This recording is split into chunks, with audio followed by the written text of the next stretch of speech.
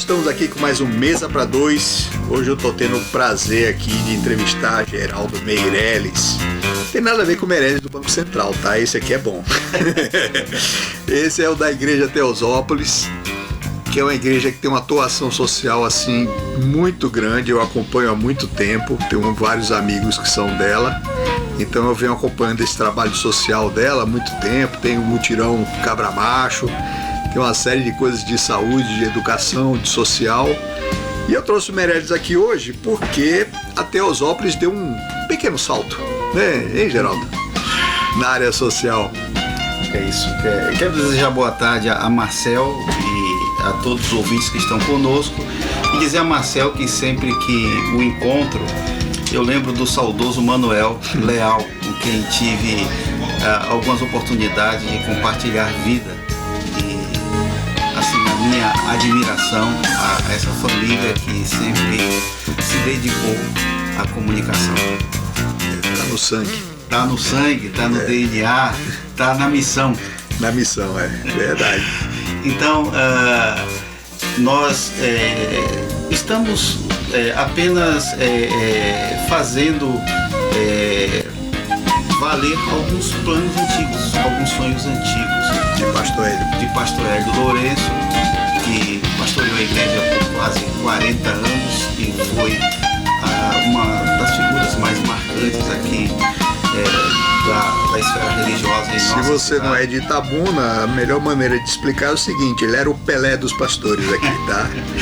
Então, assim, tem uma admiração da cidade inteira por Pastor Hélio, né? É uma pessoa que marcou muito a história de Itabuna. Verdade. Só para vocês entenderem a dimensão do Pastor Hélio. Ele se autodenominava, Marcel, o pastor da cidade de Itabuna e não o pastor da igreja de Teosópolis. E na verdade eu acho que era assim. Então, como eu tive a oportunidade de conviver de perto com ele mais de 30 anos e sendo auxiliar direto diversas vezes, nós compartilhávamos alguns sonhos na área social.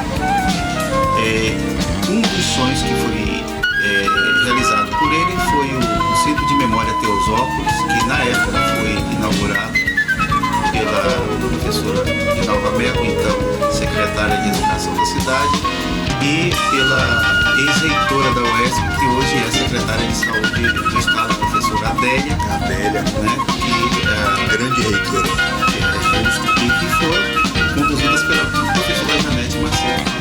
Outra grande historiadora da nossa, cidade, Janete faz parte da uma nossa referência. Então, juntamente com o pastor, eles inauguraram o CMT, Centro de Memória Teosópolis, e uma escola de música sacra de Itabuna que surgiu no final da década de 90, a Emusita, que serviu para treinar muitos musicistas das igrejas e também de fora da igreja. Não só da Teosópolis. Não só da Teosópolis, diversas igrejas da região. Os músicos tiveram um treinamento, uma capacitação. Na época foi conduzida pela professora Olga Ribeiro, cunhada do Pastor Hélio e um dos maiores nomes da música evangélica no Brasil. Bacana isso, eu não sabia dessa não. Pois é. E então nós tínhamos um imóvel ali no Largo dos Eucaliptos, que foi a casa que o Pastor Hélio morou e estava um pouco abandonada, então nós reformamos inteiramente essa casa e abrigamos esses dois projetos, a Emusita e o Centro de Memória Teosópolis. Ela está junto agora lá naquele prédio. Tá. O Centro Cultural Teosópolis. E essa semana mesmo já tivemos teve exposição, né?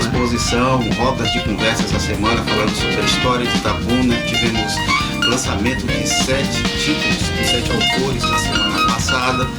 E estamos tendo já mais de 400 visitas nesses 2 meses, porque a cidade reclamava um espaço cultural. A cidade é carente.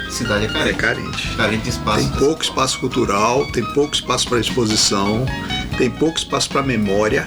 Aliás, a cidade não gosta de manter a própria memória. É uma característica de Itabuna, a população não é chegada a manter a própria memória. Então é importantíssimo isso aí. E fez uma pesquisa o pessoal da UESC e a pergunta era como foi que se você teve contato com algum museu na sua história de vida e como foi esse contato. A grande maioria das pessoas disse que foi através da escola, uma viagem da escola. Nós temos aqui o Museu Casa Verde, ali no centro da cidade não temos mais, o Amélia Amado. Não temos mais. Então... inclusive, Itabuna, há muito tempo que eu defendo que Itabuna tinha que ter um museu do cacau. Isso. Para contar a história dessa região, que é uma história riquíssima, cheia de coisas interessantíssimas, tanto que virou várias novelas, né? E a gente não tem um museu do cacau. E eu, inclusive, conheço alguns fazendeiros que têm coisas antigas na fazenda, né? E que doaria, assim, na hora para um museu.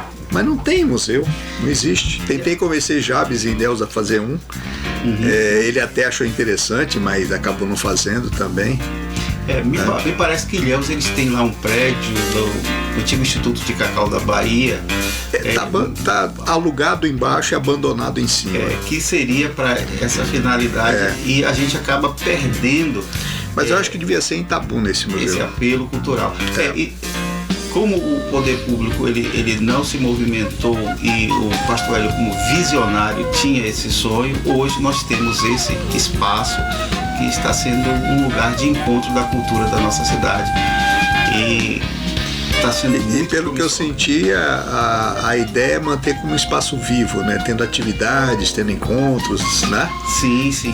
Eu acho importante isso aí. Hoje nós temos uma exposição que vai até setembro, que é a toponímia, a história das ruas e praças de Itabuna. Tem muita coisa interessante aí. Muitos personagens da nossa cidade têm as suas histórias lá contadas. Eu tive a sorte de conviver um bom tempo com Adelino Kfouri, historiador. Apesar de uma diferença assim enorme de idade, a gente se dava muito bem. A gente tinha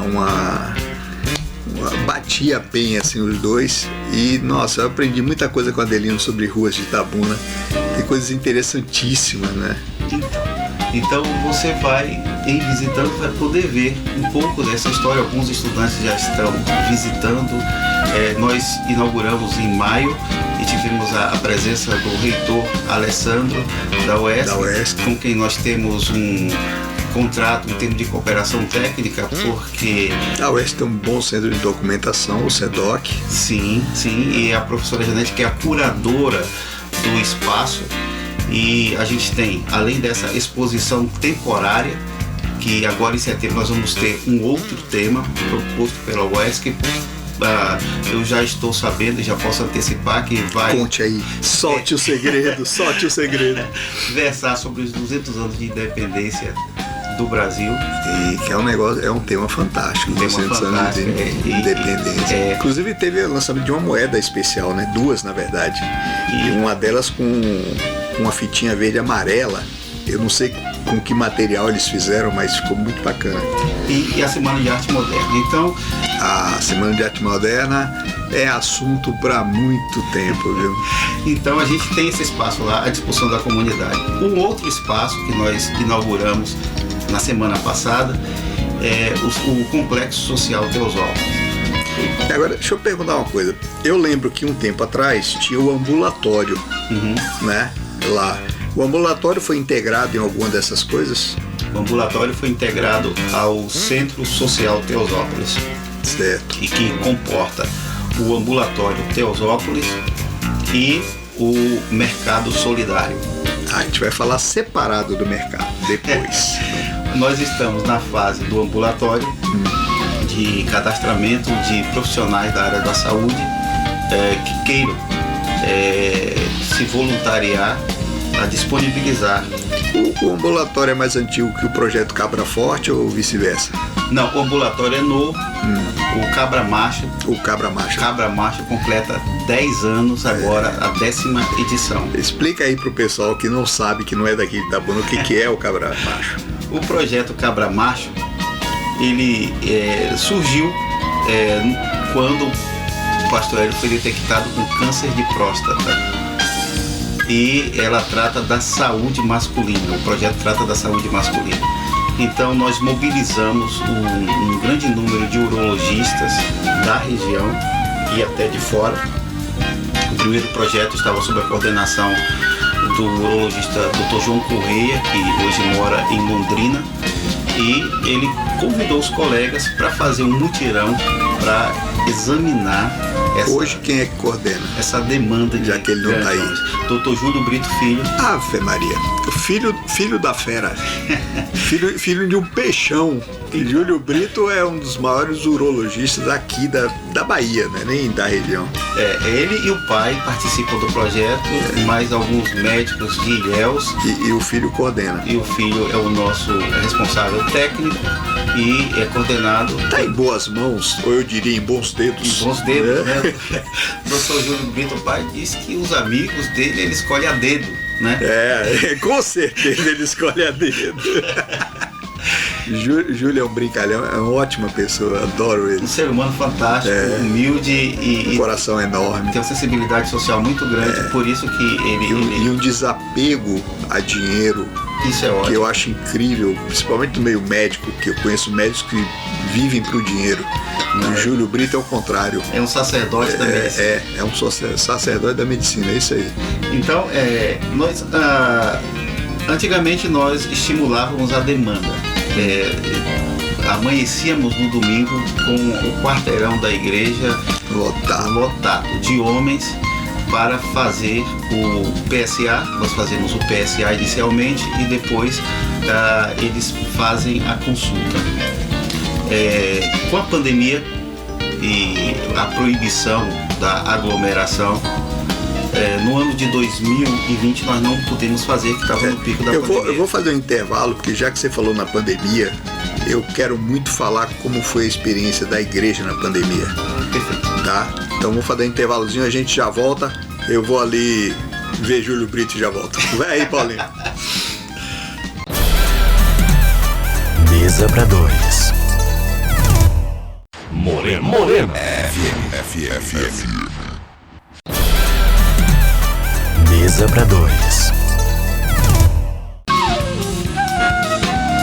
A avenida de comércio da cidade ficou com água a 3 metros de altura. Todas as lojas foram inundadas. Todos os estoques foram perdidos. Foi uma coisa assim melancólica. Nos bairros,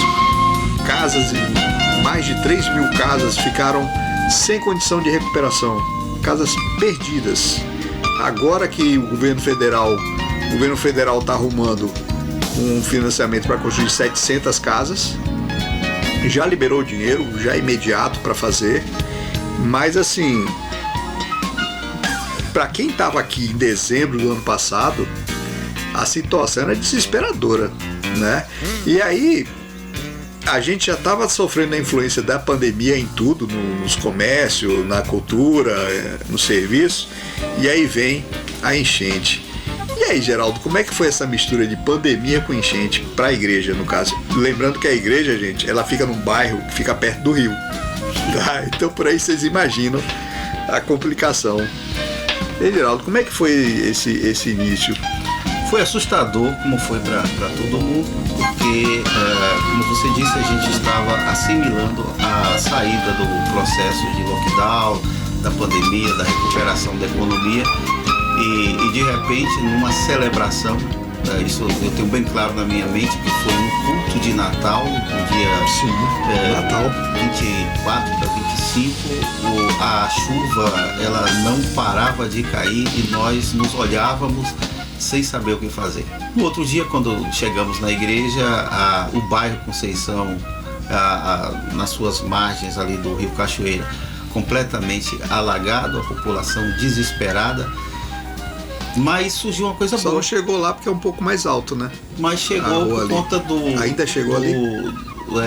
Do esgoto. Ah, sim, do esgoto. A água não veio por cima, mas veio por baixo. Né? Nós tivemos umas salas inundadas, mas nada perto do que a população ribeirinha sofria naquele momento. Não, foi uma coisa assustadora, gente. Agora, o que surge de positivo no negativo... Que a gente estava conversando aqui no intervalo, né? É que surgiu também uma corrente, uma onda de solidariedade que eu nunca testemunhei. Eu também não. A gente estava conversando disso no intervalo. Eu nunca vi uma onda de solidariedade igual essa. Foi uma enchente de solidariedade acompanhando as águas do Cachoeira. Verdade. Então nós imediatamente montamos um QG de solidariedade no Colégio Batista para receber donativos e pensávamos que íamos ficar apenas por 3 dias e acabamos otimista por semanas fazendo comidas para entregar. Eu estava comentando aqui no intervalo que eu me impressionei muito na época que eu estava acompanhando e fazendo as notícias e tal, com a quantidade de refeições que eles estavam conseguindo montar lá na... Quantas refeições eram por dia, Geraldo? Você lembra? Segundo o pessoal que trabalhou e contabilizou, ao todo foram 18 mil refeições, contando o café da manhã, coisa almoço incrível, gente. E jantar.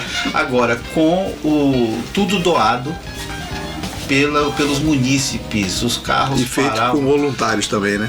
Voluntários da igreja que se revezavam diuturnamente, de forma incansável. As pessoas não tiveram o feriado do Natal, nem do Ano Novo, Ninguém nem lembrou de Natal e Ano Novo, na verdade, não, né?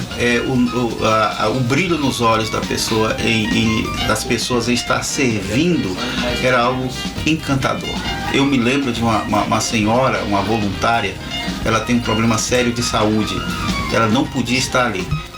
E eu sentei um dia perto dela e perguntei: e aí, como você está? Ela abriu um sorriso e ela disse: eu não pensei que no meu estado de saúde eu ainda pudesse ser tão útil às pessoas.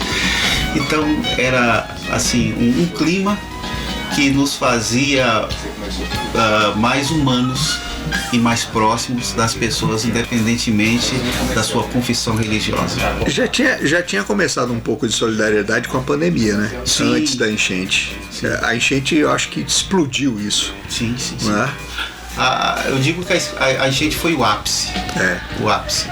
E aí nós tínhamos alguns projetos em gestação na área social. Claro que nós não podemos fazer muito porque nós não temos muitos recursos. Esses estavam já no projeto e tiveram que ser interrompidos, não? Não, nós não interrompemos. Esse atual? Nós não interrompemos nada. Nós trabalhamos com planejamento e a gente vai executando de acordo com as condições que temos, mas não sem parar. Sem parar. Então, nós montamos um projeto pouco antes da pandemia chamado Morar Melhor. Eu lembro disso aí também. Isso também foi muito bacana. Explica aí pro pessoal, Geraldo. Esse projeto é o seguinte: nós percebemos que algumas pessoas que frequentam a igreja vivem em residências num estado muito precário. E nós pensamos, por que não? Né? Por que não? Nós não vamos conseguir fazer de todos, mas podemos fazer de alguns. Então começamos de forma embrionária a fazer algumas reformas e veio a enchente, nós recebemos alguns recursos doados e destinamos para recuperar algumas casas ali na Mangabinha. Que ficou muito bacana, eu vi as fotos depois. E estamos agora dando continuidade ao projeto, construindo uma casa lá no bairro Daniel Gomes para uma pessoa que é deficiente mental e que precisa muito da residência. É bom lembrar que durante a enchente teve gente que a casa ficou irrecuperável. Sim. E outras, a casa ficou estragada, mas que dava para recuperar, né? E a igreja foi lá e recuperou várias casas dessas, pintaram, ajeitaram, ficou muito bacana. Foi assim uma sensação das pessoas. Me parece, Marcelo, que quando você oferta, quando você abraça, quando você empresta pelo menos o teu tempo, você ganha mais do que aquele que recebe. E a gente viu muito isso na prática. Eu acho muito isso. Você não acha que um projeto desse devia ser uma política permanente? Eu digo, ajeitar casas que não precisa de muita coisa, precisa de uma pintura, precisa de um reboco. Podia se fazer isso o ano inteiro para todo mundo, pela prefeitura, pelo estado, sei lá. A grande pergunta é por que não? Por que não? Porque assim, o pessoal fica preocupado em construir novas casas. Sim, mas tem casas que podem ser melhoradas para quem vive ali. Não é? Exatamente. Eu gosto muito de um projeto federal de construção de banheiro Sim. Em casas que não tem banheiro. É muito mais prático do que construir uma casa inteira nova. E resolve muito para aquela família, né? Muito mais rápido, você alcança um número maior de famílias e você pode tocar paralelamente com a construção de algumas casas. Uma coisa não exclui a outra. Eu, para variar, eu fico saindo do assunto. Ele tava falando do ambulatório. Né? Mas a gente eu sempre faço isso. Eu saio do assunto, volto. E para onde você for, eu vou. O ambulatório, ele foi mudado, né? Ele foi modificado nessa fase atual, não? Não, ele foi adequado. Nós tínhamos um projeto, temos um projeto há 5 anos, que já funciona, chamado o PSI-ABCT, que é um grupo de psicólogos da igreja que já atende a população carente. Atendia nas instalações da igreja e reclamava um espaço. Durante a pandemia, nós até procuramos os hospitais de Itabuna e oferecemos este apoio psicológico para o pessoal da saúde e também para o pessoal da segurança pública. E muito importante nessa época, né? Algumas pessoas estavam... Muito. As pessoas estavam pirando. Em parafuso. Aí o negócio funcionou bem e precisava de uma casa digna. Então, reformamos um imóvel que tínhamos ali nas proximidades da igreja. Nós inicialmente pensávamos em fazer 2 ou 3 consultórios no máximo, mas uma dentista de Itabuna nos presenteou com a cadeira odontológica, com toda a estrutura. Então temos também um consultório odontológico e mais 3 consultórios multifuncionais. Eu ouvi uma vez que bondade atrai bondade. E aí você acaba ampliando as coisas. Aparece, né? E agora os consultórios são todos climatizados, são todos modernos. O que é atendido lá, Geraldo? Além de psicólogo e dentista? A gente está começando o atendimento, retomando agora na semana que vem. Vamos começar com os psicólogos. Nós já temos o cardiologista, o clínico geral, e eu tenho uma equipe buscando os médicos que se disponham a ceder algumas horas do seu mês ou da sua semana para a gente selecionar a população que tem vulnerabilidade. Eu vou me atrever a convocar aqui, porque eu sou o que eu chamo de rotariano em suspensão, porque eu sou do Rotary Itabuna Sul, mas como eu não tinha tempo de ir nas reuniões, eu me suspendi do Rotary. Mas assim, o Itabuna Sul e o Itabuna, os 2 Rotarys têm muitos médicos.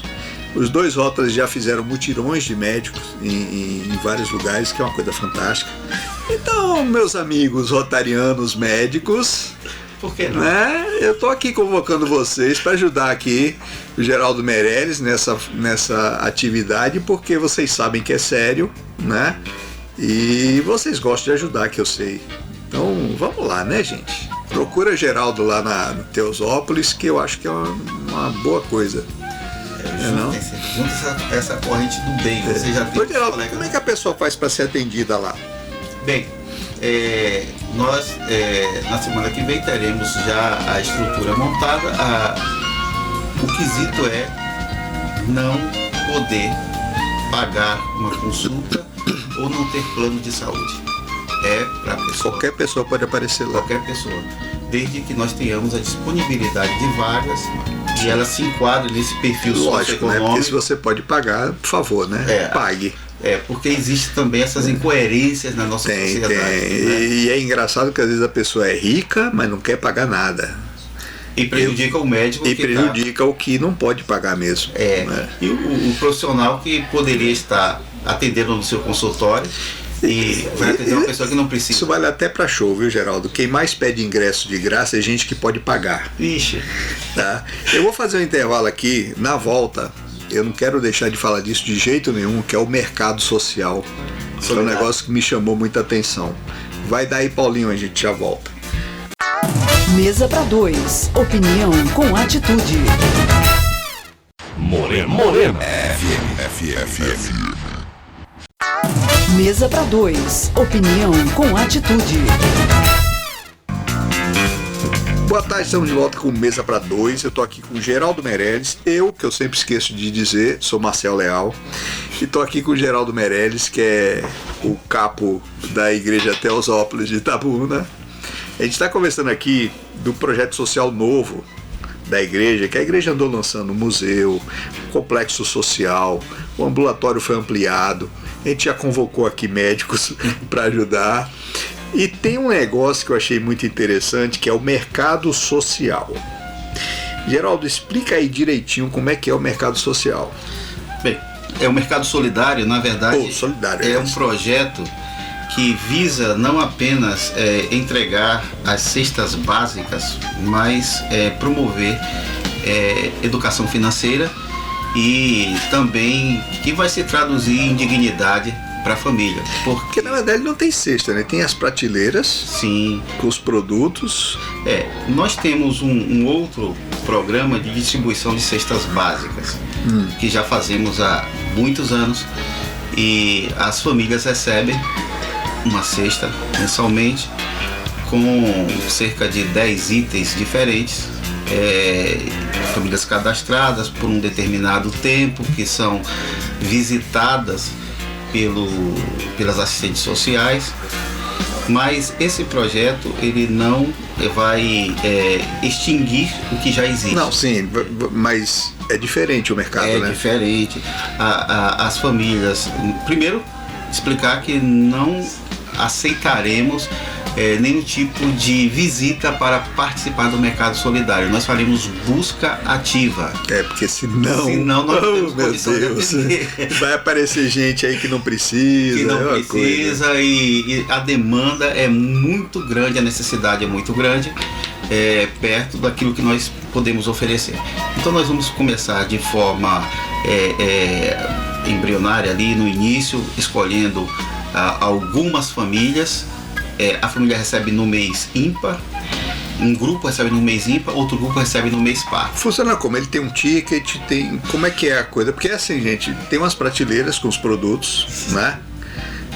Aí a família vai lá, escolhe os produtos, mas ela tem o quê? Ela tem um crédito, um ticket, como é que funciona? É assim, a família vai receber uma visita, que vai, o grupo a dupla vai preencher um relatório socioeconômico que vai identificar as necessidades daquela família em loco. Certo. Porque às vezes uma família tem um tipo de renda, tem alguém aposentado. Sim, as coisas variam muito de uma família para outra. A quantidade de filhos. As necessidades são diferentes. Então nós vamos oferecer 3 tipos de créditos, tá? Nós criamos uma moeda própria, que vale 70% do real. Tô falando que é o Meirelles do Banco Central, gente. O cara já tá criando uma moeda aqui. Para possibilitar a aquisição de mais gêneros. Então ela é mais barata. O nome da moeda é solidário. E aí a quantidade depende da necessidade de cada família. Tem um grupo, um comitê que vai se reunir e vai indicar qual o tipo do crédito. Nós temos um crédito de 100 solidários, um outro crédito de 150 solidários e um crédito maior de 250 solidários. Você já tem uma ideia de quantas pessoas vai dar para atender, não? Não, nós vamos pelo menos nessa fase aqui, inicial? Nessa fase inicial... Porque está muito no início, né? Nós vamos atender 60 assim. pessoas, 60 famílias. 60 famílias, por enquanto. Por enquanto, mas a depender do andamento, a gente vai... Porque também esses produtos vêm de doação também. Todos de doação. Dos membros da igreja e daqueles de fora que quiserem. Da igreja também compra com doação em dinheiro ou não? Ou ela só recolhe os produtos? Opcional. Por exemplo, nós vamos precisar inicialmente de 90 quilos de feijão, 90 quilos de arroz, 90 quilos de açúcar, e as pessoas da igreja... Isso aí já sai da busca ativa, né? Já sai da análise lá. Mas tem uma coisa aí que eu acho que vai também promover uma emancipação, caso a família queira. Que nessa visita técnica nós vamos identificar se alguém da família se predispõe a fazer um curso de capacitação para exercer uma atividade que possa gerar renda. Depois a gente tabula esses dados e oferece aquele treinamento, para que depois de vencido o prazo em que a família está recebendo o crédito, ela possa... Você sabe que eu sempre defendi essa filosofia para benefícios. Sim. Eu criticava muito o Bolsa Família na época porque, apesar de constar no papel que ia ter capacitação, nunca teve. O Auxílio Brasil está tendo. E eu acho isso importante porque a pessoa não vira um escravo disso pro resto da vida. E independência é uma coisa importante. Tem a que pessoa emancipar. pode conquistar por ela mesma e se emancipar, né? Então eu sempre defendi essa filosofia, eu acho muito legal. O ideal é que aquele que hoje recebe, amanhã possa se juntar Ajudar àqueles que até. oferecem. Pois é. E nós temos fantástico. alguns casos de pessoas que um dia receberam. Foram alunos do nosso Instituto Teosópolis, que é uma escola pública que nós mantemos em parceria com o município. Muito boa, diga-se de passagem. E hoje já são profissionais formados com curso superior e que ocupam um lugar na sociedade e que não se esquecem daquele tempo ali. E que eles foram socorridos. Então, voltando ao mercado, a família recebe um crédito e na última semana do mês, de forma agendada, ela vai ao mercado e vai retirar os produtos dentro daquele crédito. Ela escolhe o que ela precisa, nós não dizemos. Nós aumentamos, não tem apenas gêneros alimentícios, tem gênero de higiene e limpeza, tá? E outros gêneros. E ela também recebe um crédito extra para adquirir roupas. Lá mesmo Lá também? mesmo. Nós destinamos, olha, isso aqui é para você fazer a sua feira. Esse outro crédito aqui é para você comprar roupa. Você escolhe se você quer roupa para você, para o seu marido, Isso para é as muito crianças. bacana, viu? E dá uma dignidade, porque é a pessoa quem escolhe, ela que diz o que ela quer. Eu acho muito importante isso, porque uma coisa que incomoda às vezes quando eu vejo assim distribuição de cesta básica é que é uma cesta padrão. Sim. Aí aquela família não tem necessidade disso, ninguém come aquilo, a outra come um troço que não está ali, né? A família tem criança pequena, precisa de leite ninho, não de arroz, mas o que veio é arroz. Então eu acho essa filosofia da Teosópolis fantástica, porque é isso que você falou, dá dignidade para a pessoa. Né? E tem um plus depois. Ainda tem um plus. Tem um plus. A cereja do bolo. Eu diria que é algo que vai nos alegrar. No final, como a visita é marcada, não vai ter muitas famílias pegando, as pessoas terão direito a um abraço solidário e, se quiserem, a uma oração. Muito bom. Esse é o plus e eu espero. Deixa eu dar uma cutucada aqui, porque você falou, se quiserem, uma oração, e eu lembrei de um detalhe importante. Eu estudei numa escola batista, em São Paulo, Colégio Batista Brasileiro. Um dos melhores colégios que eu já ouvi falar. Muito bom mesmo. Eu já tinha estudado em escola católica. E a grande diferença que eu senti lá no Batista é que na católica, o tempo inteiro, eles colocavam a religião em cima da gente. E na Batista, eu não via ninguém falar de religião. Ninguém. Tinha uma capela, tinha um pastor, quem quisesse ia lá, mas ninguém nunca tocou no assunto. Isso é uma coisa que eu queria destacar, porque é uma diferença importante entre religiões. Você impor a religião ou você oferecer a religião. São duas coisas diferentes. Né? Eu só aproveitei o gancho aí que você falou do opcional para lembrar disso. Eu até quero destacar também que existe um princípio batista, que é o princípio da liberdade absoluta de consciência, e há de se respeitar o credo do outro, as escolhas do outro. A gente oferece o abraço, mas a gente não força o abraço.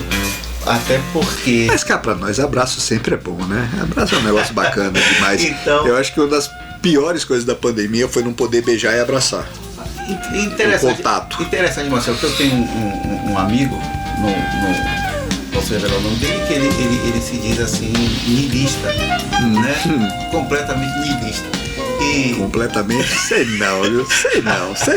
É o que ele fala, e ele não é Flávio, né?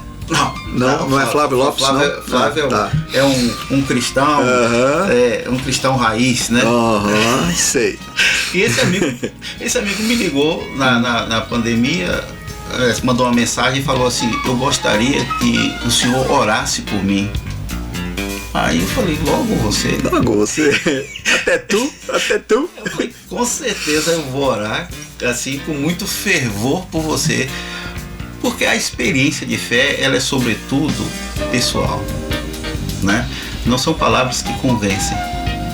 É o Espírito Santo de Deus que alcança corações. O cristianismo não se impõe pela força, mas pela conquista espiritual. Você sabe que eu não ligo muito pra oração. Mas se alguém orar por mim, eu vou achar fantástico. Porque não pode fazer mal nenhum, só pode fazer bem. Com certeza. É vibração boa vale. Então, nós oraremos por você hoje, que tem culto de oração. Eu acho ótimo. Então, vamos fazer isso. Porque uma oração, gente, se você pensar direito, é energia, é vibração. É uma energia boa indo pro seu lado. Você goste ou não, você pense nisso ou não, é uma energia boa indo pro seu lado. Né? É como encontrar um velho amigo e bater papo durante uma tarde. São coisas que fazem bem pra gente.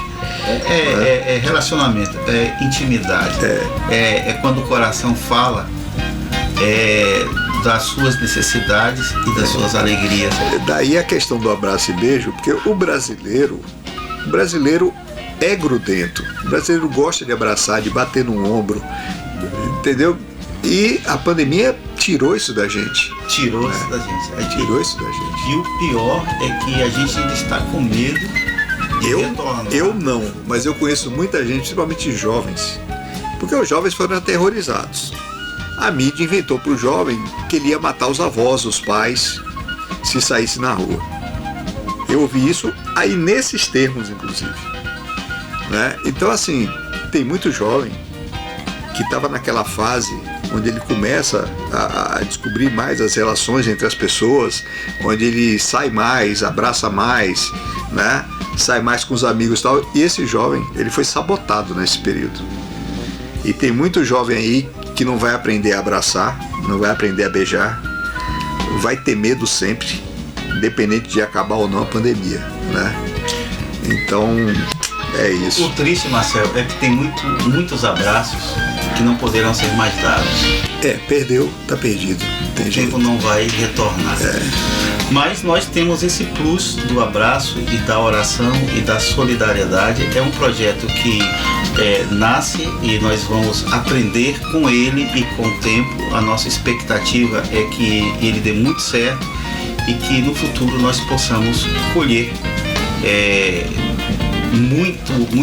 muitos resultados, não porque demos a comida, mas porque libertamos alguém do estado de necessidade, miséria, da consciência de que ela não podia sair dali. Sim. Porque a miséria ela é temporária. Se você entender que você não pode viver dela. E é isso que a gente quer mostrar. Eu só sei uma coisa, viu, Geraldo? Só sei duas coisas. A primeira é que dá muito mais satisfação dar alguma coisa do que receber. Você foi bíblico, inclusive agora. É uma coisa que eu sinto sempre que eu posso ajudar alguém. Eu sinto não poder ajudar mais as pessoas. E a segunda coisa que eu sei é que o nosso tempo acabou. E aí eu queria agradecer assim demais você. Eu sei que você é um cara ocupado, entendeu? De vir aqui. Você sabe que tem gente que tem medo até hoje de vir aqui por causa da Covid ainda, né? Olha. De sair de casa, de ir num lugar assim. Ainda tem. Eu já tive gente que não veio porque ainda está receoso. Então eu quero agradecer muito. É uma igreja que eu acompanho há muito tempo, porque eu tenho vários amigos lá. E é uma igreja que tem um trabalho social muito grande há muito tempo, desde a época de Pastor Hélio, que era um cara que eu admirava muito, né? Então eu quero agradecer muito. Espero que quem ouviu tenha aproveitado o papo. Para mim foi excelente, né?